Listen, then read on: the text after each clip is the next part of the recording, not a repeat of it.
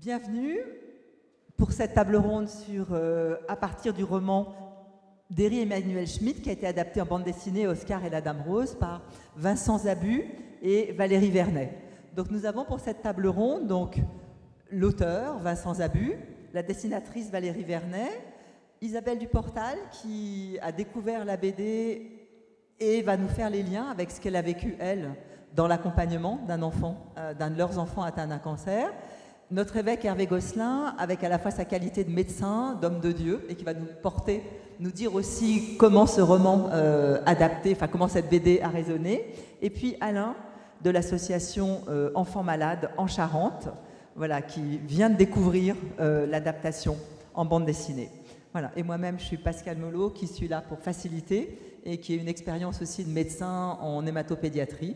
Mais d'abord, on va s'intéresser à la genèse, en tout cas, de cette bande dessinée qui m'a beaucoup touchée, beaucoup aussi un peu déconcertée par le choix qui a été fait. Donc Valérie, je vous passe la parole. Est-ce que vous pouvez me dire comment vous avez fait ce choix du décor ? Alors, bonjour et merci pour ces compliments. Alors, en fait, la genèse du livre, du roman, c'est Vincent, en fait, c'était une demande de l'éditeur de rendre ce roman, de le transformer en album BD. Et donc, Vincent a été contacté pour le scénariser. Et donc m'a demandé si ça m'intéressait. Et j'ai dit d'abord il fallait que je lise le roman, donc je l'ai lu et j'ai été touchée et ça m'a parlé de suite. Mais j'ai dit à Vincent, voilà, je ne me vois pas le dessiner entièrement à l'hôpital parce que c'est quand même un lieu très particulier. Et du coup j'ai dit à Vincent, ta seule contrainte ce sera justement de faire en sorte de faire un autre choix et de trouver un autre lieu. Et donc Vincent a très bien rebondi sur cette contrainte. Et du coup, on a pris le parti pris que ça se passe quelque part dans les coulisses, c'est-à-dire que ce soit dans l'environnement de Mamie Rose et qu'on découvre son lieu de vie et que les personnages interviennent au fur et à mesure de l'avancement de l'histoire. Donc on a toujours ce rythme des lettres d'Oscar qu'on trouve dans le roman et l'histoire se découle en suivant ces lettres. Peut-être Valérie, juste en quelques mots, ce qui vous a poussé à dire oui, qu'est-ce qui vous a touché particulièrement dans le roman ? Alors, qui va vous guider pour le dessin, puis après je passerai la parole à Vincent. Ce qui m'a touchée en fait dans le roman, c'était ce petit garçon en fait qui a un questionnement intérieur. Et cette relation aussi avec ses parents, où il essaye de les interpeller via la Mamie Rose, parce que, je dis Mamie Rose, c'est la Dame Rose. Okay, on va peut-être détailler en tout cas après. En tout cas, le focus est vraiment sur cette relation aux adultes. Oui, voilà. Et on va voir comment c'est mis en lumière. Donc, Vincent, effectivement, quand j'ai découvert la BD, j'ai vu qu'effectivement, le scénario... Vous n'avez pas suivi exactement le livre, il y a une fidélité en tout cas aux lettres, il y a vraiment un choix, un scénario vraiment intéressant dont vous allez nous parler. Et du coup, voilà, comment est-ce que vous avez jonglé avec, comment vous vous êtes saisi en tout cas du désir de Valérie que ça ne se passe pas dans l'hôpital mais dans un autre cadre ? La première question que je me pose toujours quand j'ai la possibilité de faire une adaptation d'un roman préexistant, c'est comment donner un sens au fait qu'il y ait aussi une bande dessinée, puisque le roman initial se suffit à lui-même. Et donc, c'est trouver le biais pour traiter l'histoire. Et je me suis dit que ça pouvait être intéressant de prendre le point de vue de la vieille dame, quelques années après, en me disant aussi, tiens, ce qu'elle a vécu avec Oscar a laissé une trace en elle. Et au moment où elle-même est confrontée à la maladie, ce qu'elle a vécu là l'aide. C'était comme une espèce dans ma tête, je me suis dit, mais oui, elle a comme un retour de ce qu'elle a vécu à ce moment-là. Et je me suis dit, tiens, ça c'est intéressant parce que ça donne une valeur à l'existence de la bande dessinée, c'est qu'elle éclaire un autre moment à partir d'un autre personnage. Et le chouette truc, c'est qu'évidemment, ça allait dans le même temps, par rapport à la demande de Valérie aussi, on voulait éviter que, comme c'est une histoire très émouvante, on pensait ensemble que si l'émotion était trop frontale, à un moment, on sature. Je pense qu'en tant que lecteur, le roman, il évoque des choses. Après, quand on les dessine, il y a quelque chose de plus frontal, parce que le concret du dessin nous le renvoie. Et j'avais peur que ça sature l'émotion. Et je me suis dit, mais tiens, tous les éléments... Vous vouliez surtout pas imposer, en tout cas, quelque chose, mais Oui, permettre vraiment d'évoquer. Voilà, où le lecteur peut rentrer par son propre biais. Et je me suis dit, mais sans si que on est... l'émotion submerge. Voilà, parce qu'alors, ça nous coupe plutôt que de la ressentir. Je pense qu'il y a une saturation. Et de se dire, mais c'est Mamie Rose qui, quelques années après, repense à toute cette histoire. Mais donc, on est chez elle. Et donc, Oscar vient la visiter quand elle lit ses lettres. Et ensemble, ils vont reconstituer les souvenirs. Et donc, il y a aussi un frottement poétique. Ce qu'ils ont vécu dans la chambre d'hôpital, mais hop, c'est dans une grange, c'est dans le salon, dans la serre de Mamie Rose. Donc, ça donne une occasion à Valérie de dessiner aussi des différents décors, pour ne pas qu'elle... pendant 120, parce qu'on avait déjà fait une bande dessinée qui se passait tout le temps à l'hôpital. Et à un moment, il y a une répétition et qui est lassante, même si c'est un lieu de vie, mais pour la dessinatrice, et ça permettait aussi un contrepoint poétique qui soutenait l'émotion et le propos qui était véhiculé. C'était l'intention dans tous les cas. Oui. Et en tout cas, pour moi, c'est réussi parce que, ayant lu le roman, moi, j'étais assez déconcertée au début et je me suis laissée embarquer. Et voilà, je trouve que vous avez réussi à la fois la partie poétique, la partie donner de la valeur aussi à l'expérience vécue après, et puis un réel plus qui donnera, j'espère, envie à nos auditeurs de découvrir la BD. Isabelle, tu as vécu l'expérience effectivement de la maladie d'un enfant, d'une maladie grave, un cancer, et tu avais lu le livre et tu as découvert la BD récemment. Est-ce que tu peux nous dire, parce que je crois que c'est évidemment le vœu des auteurs de savoir si sur leur hypothèse, en tout cas, leur pari a rejoint, et comment ça t'a rejoint, puis après on demandera à Hervé Gosselin. Alors en fait, la bande dessinée m'a beaucoup touchée. En fait, je trouve qu'elle traite d'une façon très subtile justement ce rapport à la vie de l'enfant face à la maladie, qui est complètement différent finalement, enfin pas complètement, mais qui est différent de celui de l'adulte. Et je trouve que c'est très bien traité. Le fait que ça soit hors hôpital, ça met vraiment en valeur.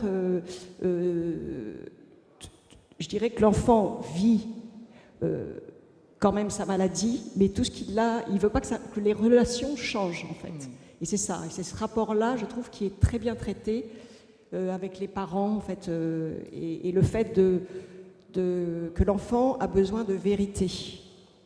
Alors il est vrai que notre fils avait 16 ans, mais c'est quand même encore un enfant, et je pense que lorsqu'un enfant n'a pas envie de savoir, il ne pose pas de questions, mais à partir du moment où il pose des questions, je pense qu'il faut lui dire la vérité, et ça c'est très important, et je trouve qu'on le ressent énormément dans la BD. Qu'est-ce que tu dirais par rapport à ce que vient de dire Vincent et puis aussi Valérie, que vraiment le dessin, la scénographie, qu'est-ce que tu dirais que ça t'a apporté, notamment par rapport à ce rapport à la vie? Moi je trouve qu'il passe extrêmement bien, c'est extrêmement vivant, oui, comme BD par rapport à ces questions existentielles, c'est subtil. Oui, c'est vraiment le point fort est mis sur l'enfant, et on sent bien qu'il a envie de... Ce que recherche l'enfant, c'est vivre, tout simplement, vivre sa vie, même avec la maladie. Il veut la vivre, et souvent les parents, nous, on est un petit peu dans un... C'est comme si on passait dans un espace-temps un petit peu hors du monde, et où on est axé sur la maladie, sur un espace-temps qui fait appel, en fait, où il n'y a que l'attente. En fait, on est toujours en attente d'un examen, d'une analyse, d'un résultat. Et l'enfant, lui, il a juste envie de vivre. Et du coup, je trouve que les images montrent bien tous ces rapports par rapport aux autres enfants qu'il a envie de vivre avec cette petite fille. Et ça, je trouve que c'est très, très bien traité. Et c'est très subtil. Donc vraiment, tu plébiscites vraiment le choix de Valérie d'avoir dit pas dans l'hôpital, mais justement dans la vie, quoi. Voilà, pour moi, nous avons eu une petite discussion hier et je disais que j'avais beaucoup aimé le livre d'Éric Emmanuel Schmitt, mais il ne m'avait pas touché sur ces points-là, en fait, le fait de ce rapport à la vie de l'enfant qui est différent finalement avec celui des adultes qui l'accompagnent. Ouais. Donc on va passer à Hervé, avec à la fois votre casquette de médecin, d'évêque, comment est-ce que vous trouvez que ce rapport à la vie, moi je trouve que des questions existentielles sont apportées à la fois de la relation. Et de lecteurs de bande dessinée. Et de lecteurs de bande dessinée. Et j'ai beaucoup apprécié celle-là, Oscar et la Dame Rose. vraiment, j'ai trouvé que c'était... Merci à Vincent, merci à Valérie, parce que je crois que c'est une très belle BD que je recommande. Pourquoi? Parce que d'abord, j'ai beaucoup apprécié d'être dans ces décors.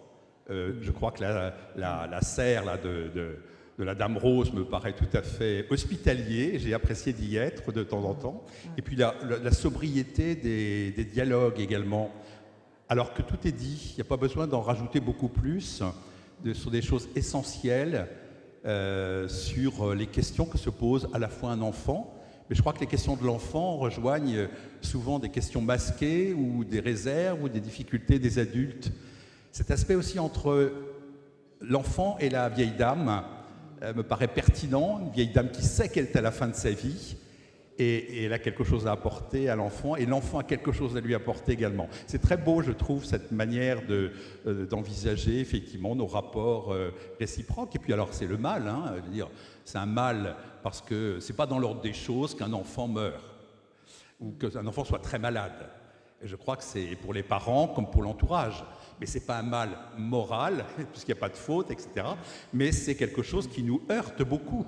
Hein, et je crois que c'est la question vraiment de la vie, et ces questions essentielles qui sont dans ce livre et dans cette bande dessinée. Au niveau technique, en fait, je n'avais pas conceptualisé qu'il fallait effectivement traduire un roman en bande dessinée. Pour moi, je jouais la bande dessinée, le roman, je l'ai un petit peu loin, et je trouvais que très réussi, la traduction d'un roman. Moi, je n'aurais pas passé une bande dessinée dans une chambre d'hôpital, je peux vous dire, ou alors j'aurais été vite. Mais là, j'ai pris vraiment beaucoup de joie à pouvoir déambuler dans ce jardin, dans cette grange et dans la serre. Voilà. Merci. Donc Valérie, après avoir entendu, c'est avant de passer la parole à Alain, qui va témoigner de son expérience de la relation avec des enfants malades et ce qui est important pour eux au niveau du jeu notamment. Du coup, là, vous avez entendu des résonances chez Isabelle, chez Hervé Gosselin. Qu'est-ce que vous en dites? Est-ce que ça correspond à ce que vous espériez faire passer, Valérie, et puis après Vincent? Oui, je suis contente de ce retour parce que justement, c'était notre volonté en fait qu'on soit axé sur ce personnage, sur ce qu'il vivait en fait intérieurement et sur cette relation en fait qu'il avait avec ses parents. Effectivement, ce que vous disiez, ce n'est pas dans l'ordre des choses. Le parent va être axé sur la protection, et va, alors j'allais dire l'aspect humain, mais va un peu oublier que cet enfant veut grandir. Même s'il y a tout ça autour, il veut grandir, il est toujours là, et il a toujours cette volonté de grandir. Et le fait de rendre avec les touches d'humour qu'on a essayé de rajouter en scénarisant et en mettant en scène ça pour que ce soit quand même un peu poétique et qu'il du coup il soit vivant et qu'il ne soit pas dans cet hôpital couché à attendre. Je dis pas que ça se passe comme ça à l'hôpital, pas forcément, mais toujours avoir ce fil et cette vie en fait qui est toujours là, quoi, et qui du coup peut-être amener le dialogue. En tous les cas en lisant cette BD et inciter peut-être des parents à se poser la question et revenir à ce qu'est l'enfant en fait, hors de tout ça. Voilà. Vincent, quelques échos par rapport à ce qui a été dit. Est-ce que votre pari justement de présenter quelque chose qui ne soit pas frontal, d'apporter une valeur à la BD quand vous entendez ces échos? Ben oui, ça fait plaisir évidemment quand on aborde ce sujet-là, c'est délicat, parce qu'on traite de quelque chose d'émouvant et qui peut tous nous confronter. Donc, chaque fois qu'on publie, il y a toujours la question il y a une espèce de responsabilité par rapport à l'idéologie, à la réflexion, à la vision du monde qui est véhiculée à travers le livre. Et quand on touche à des sujets comme ceux-là, ça l'est d'autant plus. Parce qu'on se rend bien compte que ça correspond à des réalités vécues par des personnes et évidemment l'intention est de ne pas blesser ou de ne pas passer à côté. En même temps, on ne sait pas, on est en train d'explorer. Donc c'est toujours agréable de se dire qu'on n'est pas passé à côté. Et puis il y avait aussi la responsabilité d'un roman très connu. Alors évidemment, on a quand même bénéficié de la matière d'Éric Emmanuel Schmitt où il y a évidemment une base très, très riche. Et je pense qu'il y a beaucoup de lecteurs de ce roman et c'est pas évident de mettre des images sur quelque chose où les lecteurs ont pu imaginer par eux-mêmes. Projeter, absolument. Et alors, là aussi, ça peut écraser par rapport à l'attente. Et je pense que de cette façon, le prendre là où on ne l'attend pas, ça renouvelle les yeux du lecteur. Si on n'illustre pas exactement ce qu'on attendait, c'est comme quand quand j'étais enfant et que je voyais les dessins animés tirer des bandes dessinées, je me disais, mais il n'a pas la voix de Lucky Luke. Parce qu'évidemment, en tant qu'enfant, on se fait sa voix, mais je pense qu'on fait tout ça en tant que lecteur. Et donc, il y a une grosse déception potentielle. Et c'est pour ça aussi que je crois que le prendre de biais, avec un angle surprenant, mais on met un peu à zéro le nouveau lecteur et qui se dit, ah tiens, et beaucoup de gens disaient, c'est comme la suite. C'est comme 10 ans plus tard, le point de vue de Marie-Rose, en même temps, ça retrace toute l'histoire, puisqu'ils la revivent ensemble. Et alors je me dis, ben voilà, alors, et sur le sujet délicat, où on ne voulait pas se tromper, et sur le fait d'adapter un best-seller, où il peut y avoir des attentes des anciens lecteurs, il fallait là aussi qu'on le fasse avec attention et délicatesse. C'est pour ça Eric Edschmidt a été sympa avec nous, parce qu'il a été à la fois, il nous a laissé travailler vraiment en confiance, et puis quand on a eu terminé, il a lu et il a fait quelques retours, 5-6 retours très précis, mais très très justes, en disant non mais ça on a compris, il n'y a pas besoin, et c'était agréable aussi pour nous de savoir qu'il avait apprécié parce que c'est toujours un peu stressant quand même, de savoir qu'il avait apprécié notre travail, mais ça nous a fait plaisir et ça nous a rassurés aussi. Oui, et je peux dire qu'effectivement c'est un grand talent, parce que je trouve que le moment où Oscar, la façon dont vous avez traduit l'expression non verbale en fait de la Dame Rose, quand Oscar lui dit mais alors je vais mourir quoi, et il n'y a pas d'autre traitement possible, et je trouve qu'en un dessin c'est extraordinaire, ça en dit beaucoup plus que les mots. Oui, ça c'est la qualité du dessin de Valérie dans l'animation du personnage, mais aussi d'avoir son type de dessin qui est une espèce de, comment dire, c'est pas un traitement réaliste, c'est une réinterprétation du réel, un peu dans la lignée de Sampé, des gens comme ça, avec une délicatesse. Mais je pense aussi que non seulement dans les atmosphères des décors, mais aussi dans le jeu des personnages, il y a cette finesse qui fait que on y croit. Parce que non, c'est comme dans une pièce de théâtre, si à un moment on ne croit pas à ce qui se passe sur le plateau, même si le texte est bon, ça tombe à plat. Et là, le jeu des personnages était très important, surtout en effet dans les non-dits. Et quand il y a des choses un peu comme ça qui se disent, il faut que l'expression soit très juste. Et c'est ça qui va chercher l'émotion, et c'est là qu'il y a le dessin. À propos d'émotion, voilà, on a la chance d'avoir Alain. Voilà. Alain qui est intervenu avec l'association Enfants Malades de Charente et qui a eu cette expérience vraiment de la relation à l'enfant, de la subtilité de capter les signaux. Et vous venez de découvrir en fait les dessins, parce qu'on ne s'était pas parlé avant, et une émotion est montée. Donc Alain, est-ce que vous pouvez témoigner un petit peu à partir à la fois, il y avait eu la lecture du livre, mais surtout ce que vous avez découvert là, ce que vous avez ressenti avec c'est-à-dire que cette histoire est assez lointaine pour moi, parce qu'en fait, j'ai lu le livre d'Emmanuel Schmitt il y a à peu près une dizaine d'années, donc je me souviens évidemment de l'ensemble, mais bon. Et là, tout de suite, quand j'ai regardé les planches de la BD, là, tout de suite, j'ai été frappé par l'émotion qui est montée, parce que j'ai revécu le livre, enfin le contexte plutôt, et puis ce que l'on vivait au quotidien à l'hôpital avec des enfants plus ou moins malades. Mais justement, pour revenir tout à l'heure, pour dire c'est sorti du contexte de l'hôpital. Nous, quelque part, on faisait des animations de jeux dans une salle, mais qui elle-même isolait un peu l'hôpital. Et les enfants, là, c'était vraiment amusant de les voir. Ils étaient à fond là-dedans. Ils étaient libres. Alors déjà, on avait une consigne, ne jamais parler de maladie. On a abordé les problèmes qu'ils avaient. Ils arrivaient avec leur perfusion et tout ça. Bon, ça faisait partie du décor. Voilà. Mais par contre, les voir s'amuser, rire, éclater de rire, c'est un bonheur. Et vraiment, c'est important à un moment donné, pendant 2-3 heures, les sortir du contexte médical. Et c'était vraiment super, quoi. Et de se rappeler, comme Isabelle le disait il y a quelques instants, que l'enfant, certes, il y a une maladie, mais en fait, il vit et il a avant tout envie de vivre. Il ne demandait que ça, quoi. De vivre et de jouer. Pendant 3 heures, il dessinait, il peignait. On avait même fait intervenir une artiste peintre, et ils peignaient, ils repartaient avec leur tableau, ils étaient heureux. Et à aucun moment, ils nous parlaient de la maladie. À certains moments, à un moment donné, ils étaient obligés d'aborder ça. Bon, on laissait faire et puis assez rapidement, on dérivait sur l'activité plutôt.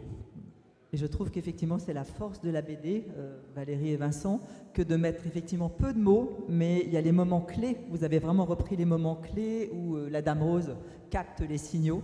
Oui. Voilà, il y a une façon très belle aussi de mettre en valeur, sans juger, ces parents qui eux-mêmes, voilà, qui trouvent être un peu des cons, et de voir le moment où effectivement, ben oui, des pupilles ça, et des gens sans intelligence. Et je trouve que voilà, vous arrivez à présenter, on voit bien d'un côté les dessins de cette intimité de la relation avec la Dame Rose, et puis l'écart avec les parents et qui sont réintégrés, remis en scène, avec voilà, leurs difficultés, mais là aussi de manière très sobre. Ben là, c'est pareil, avec les parents, très souvent, ils arrivaient, ils étaient embarrassés, et nous, ce que l'on faisait au maximum, c'était de les faire participer au jeu. Et pendant 3 heures, souvent les parents nous remerciaient parce qu'ils disaient, pendant 3 heures, eux aussi avaient oublié la maladie, et ils étaient tellement heureux de voir leur enfant avec un sourire, et tout le monde avait oublié la maladie, quoi. Ouais. Est-ce que du coup, voilà, Hervé, Isabelle, Valérie. En fait, par rapport à la maladie, est-ce que l'on peut dire à l'enfant, enfin, j'ai trouvé ça assez intéressant, et ce qui est bien traité dans le livre, que l'enfant, finalement, ne lui dit pas ce qu'il en est de ce qui va lui arriver. Et je trouve que c'est important. Alors, bon, notre fils avait 16 ans, mais justement, la vérité, lorsque l'enfant ne veut pas savoir, il ne pose pas de questions. Mais à partir du moment où il pose des questions, enfin, je trouve que c'est important de lui dire la vérité et de lui dire ce qui va arriver, parce qu'il est capable, il pose la question, donc il est capable d'entendre, et il a besoin en fait d'entendre la vérité. Et je trouve que c'est très très bien traduit justement dans le livre, où finalement Oscar sait très bien qu'il va mourir, mais on ne lui dit pas, on lui cache, et ça, je pense que dans la maladie, c'est important de dire à l'enfant ce qu'il en est, avec des mots simples. On n'est pas obligé de rentrer dans des dialogues compliqués, mais c'est un point, je pense, très important et qui est très bien traduit, je trouve, dans votre livre. Je crois qu'Hervé Gosselin avait envie de... Non, c'était par rapport justement à l'importance de la vérité, également avec des enfants. Et ceci dit, je crois aussi que ce qui est important, c'est de leur dire ou leur manifester qu'il y a un espace possible pour en parler. Parce que peut-être qu'ils n'osent, le malade peut ne pas oser en parler, un enfant a cette spontanéité, mais de dire on peut parler de tout. Enfin, je crois qu'il y a un espace libre qui puisse être offert aussi à tout malade, enfant ou adulte, pour qu'on puisse en parler. Puis il y a 2 sujets, mais je vais pas qui m'ont bien plu, c'est le lien avec le Toubib, quand même. Vraiment extraordinaire. Le cadeau qu'il fait au Toubib. Et la question de Dieu. Puisque c'est quand même la question de Dieu, m'a interpellé en me disant, on sait bien que dans les équipes médicales aujourd'hui, on voit bien la question de la vie spirituelle dans le soin. Alors là, c'est ça, c'est l'inconnu, c'est toutes les questions qu'on se pose sur le projet de vie, etc. Et puis en même temps, la question de la religion, mais c'est encore autre chose. Le lien à Dieu, voilà, ça a posé plein de questions et c'est très bien.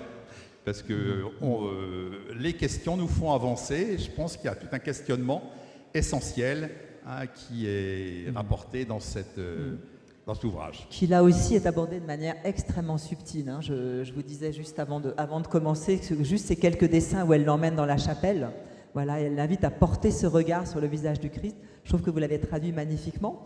Et je voudrais savoir, vous, comment ça vous a interpellé finalement, ce cheminement sur voilà, la maladie, la relation à Dieu. Voilà, Valérie, si c'est pas trop intime comme question. Non. En tout cas, la manière dont vous l'avez dessinée, pour moi, elle est très explicite, enfin, voilà, très très bien sentie.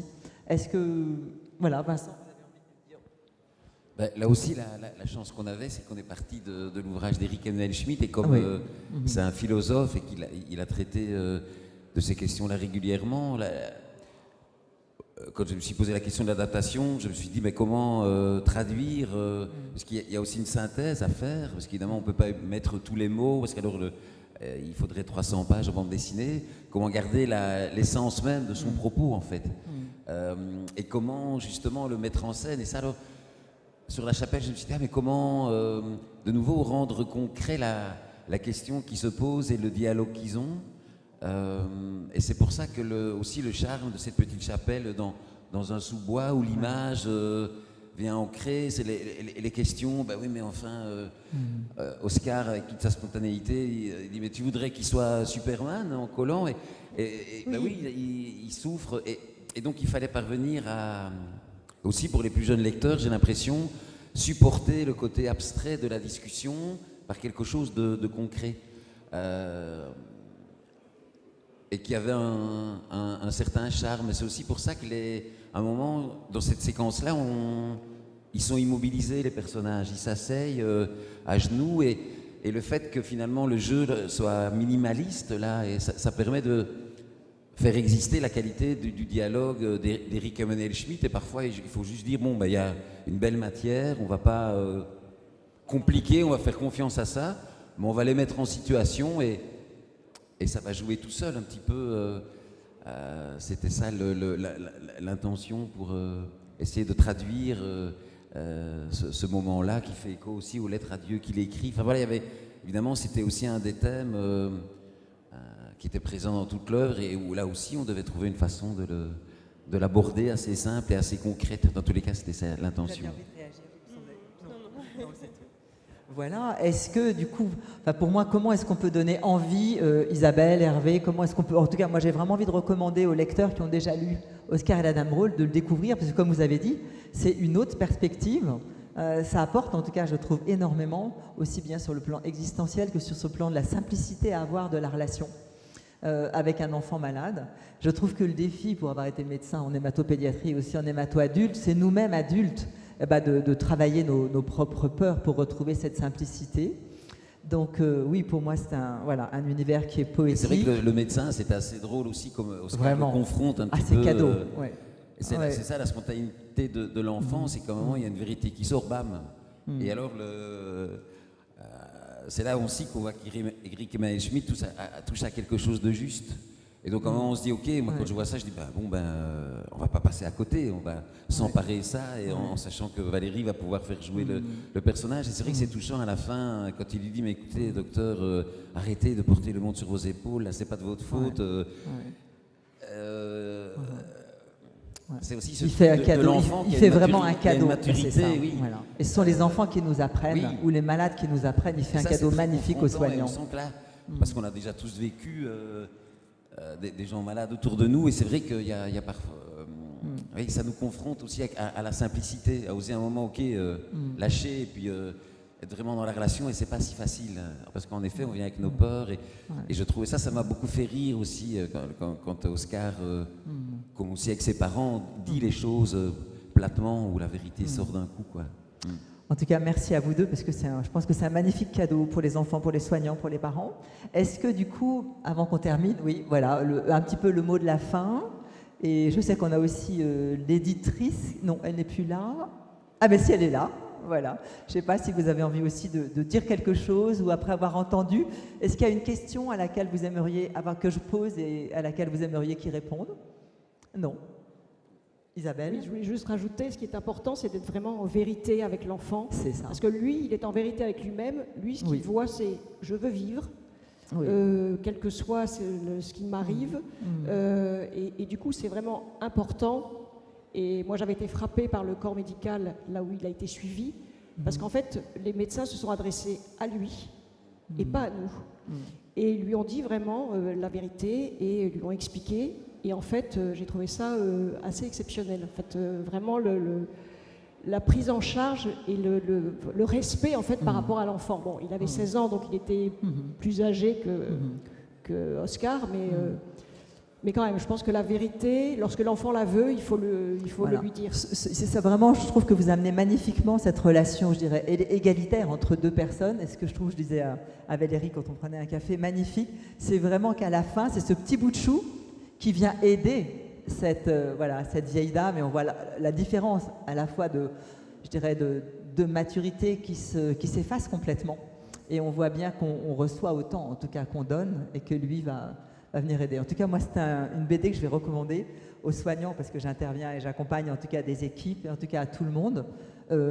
Hervé, vous voulez dire quelque chose pour terminer? Non, juste pour conclure, c'était le témoignage d'une mère de famille qui m'avait dit son petit gars de 8 ans était dans le stade évolué d'une myopathie, et alors qu'elle était fatiguée et pleurait à côté de lui, et elle croyait qu'il dormait, et il ne dormait pas. Il a juste dit, en se réveillant, tu sais maman, j'ai plus mes jambes pour courir, mais j'ai toujours mon cœur pour aimer ma maman. Et je pense que tout est dit, il y a des vies réussies qui sont courtes, mais je pense que là, il y a aussi avec Oscar, l'idée de voilà, quelqu'un qui arrivait à une maturité, j'allais dire. Eh bien, vraiment, merci à vous. Je vois qu'Anna, vous êtes très émue. Oui, voilà. En tout cas, merci. J'espère que ça vous a donné envie à nos auditeurs de découvrir. Merci à vous deux, vraiment, pour ce pari, pour cette poésie, voilà, pour cette sobriété, pour effectivement cette manière de remettre en valeur, sans être frontal, vraiment le rapport à la vie. Donc, en conclusion, n'oublions pas d'être vivants et de savourer chaque jour de vie. Merci.